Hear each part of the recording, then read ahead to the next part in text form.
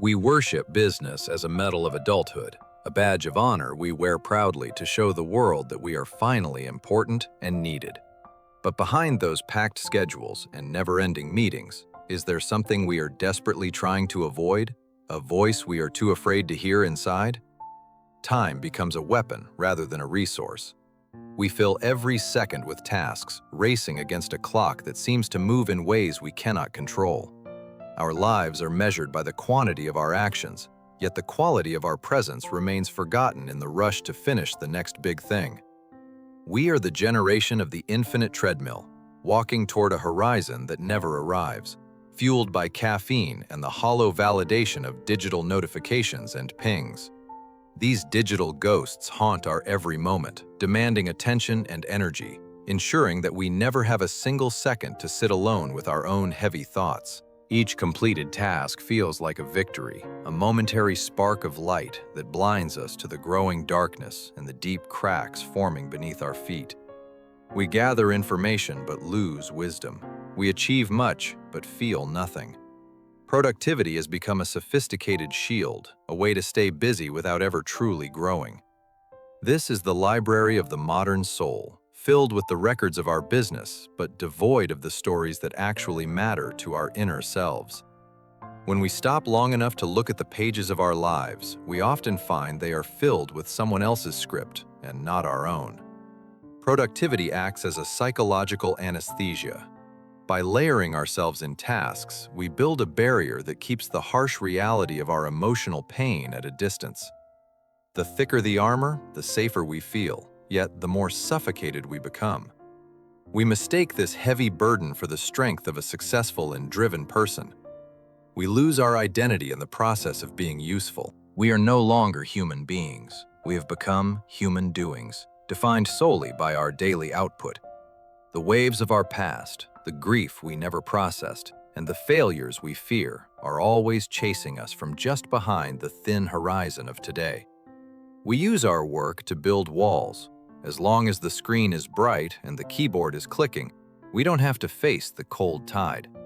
Our metrics for success become the very things that cage us. We celebrate growth while building a fence that separates us from the vulnerable parts of ourselves. We don't work to live. We work to forget that there is a wounded child inside of us, waiting for the love and attention we never give.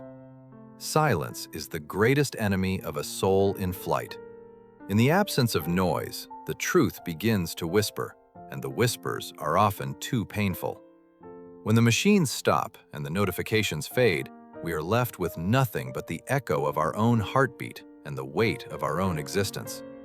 This is the moment we dread the most. The moment when there is nothing left to do and the emptiness of our busy lives is finally revealed. As the external noise dies down, the internal shadows grow long. They reach out from the corners of our minds, demanding to be recognized and felt today. The panic of the void sets in. We feel a desperate need to reach for a phone, a book, or a task, anything to drown out the quiet.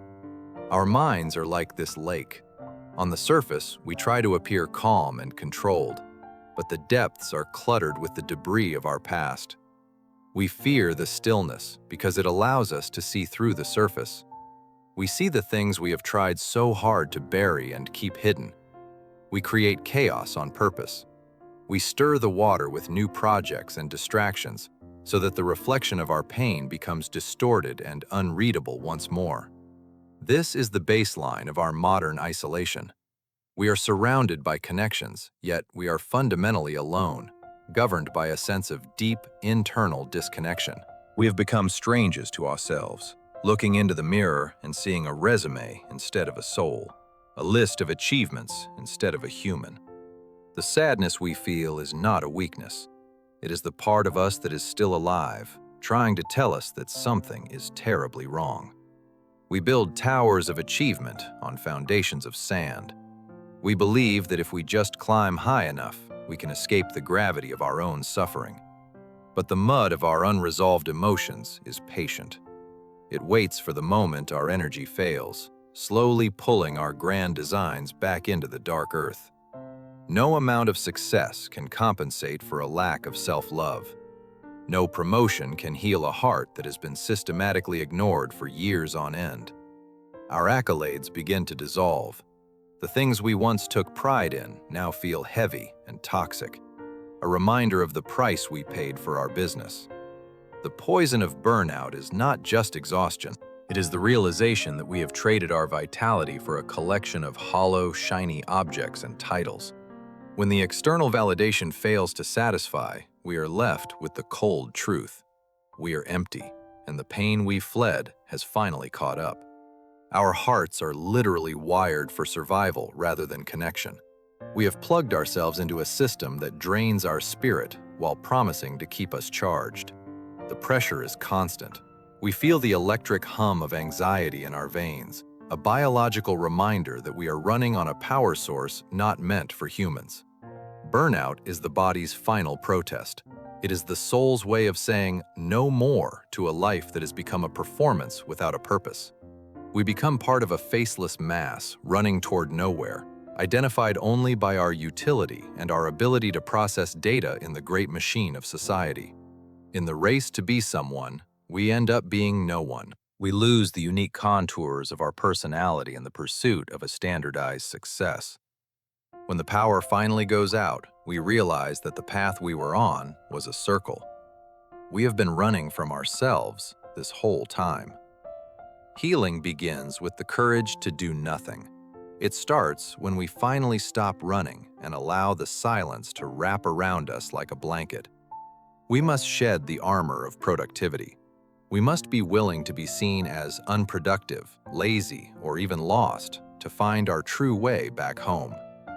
There is a profound beauty in vulnerability. It is the crack in our facade that allows the light of our true self to finally shine through. We no longer need to hide the cracks. We touch our wounds with kindness, recognizing that our scars are what make us whole and uniquely beautiful today. When we face our pain, we transform it. It ceases to be a monster chasing us and becomes a teacher guiding us toward a deeper empathy. The inner child and the adult finally meet. In the quiet of nature, the distance between who we are and who we pretend to be finally disappears. We tell ourselves the words we have waited a lifetime to hear. You are enough. You are worthy, not for what you do, but for who you are. Integration is the ultimate goal of healing. We bring the lost parts of ourselves home, ending the long war against our own hearts and spirits. In the reflection, we no longer see a list of failures or successes. We see a person who has reclaimed the right to feel and to be. Our vision is clear. We see the world not as a series of tasks to be managed, but as a miracle to be experienced and shared. Real productivity is the expansion of the soul. It is the ability to be present in our own lives, even when the truth is difficult to bear. Stop filling the time. Start filling the soul. Listen to the pain, for only when it is truly seen can it finally begin to fade away. The question remains for us all to answer.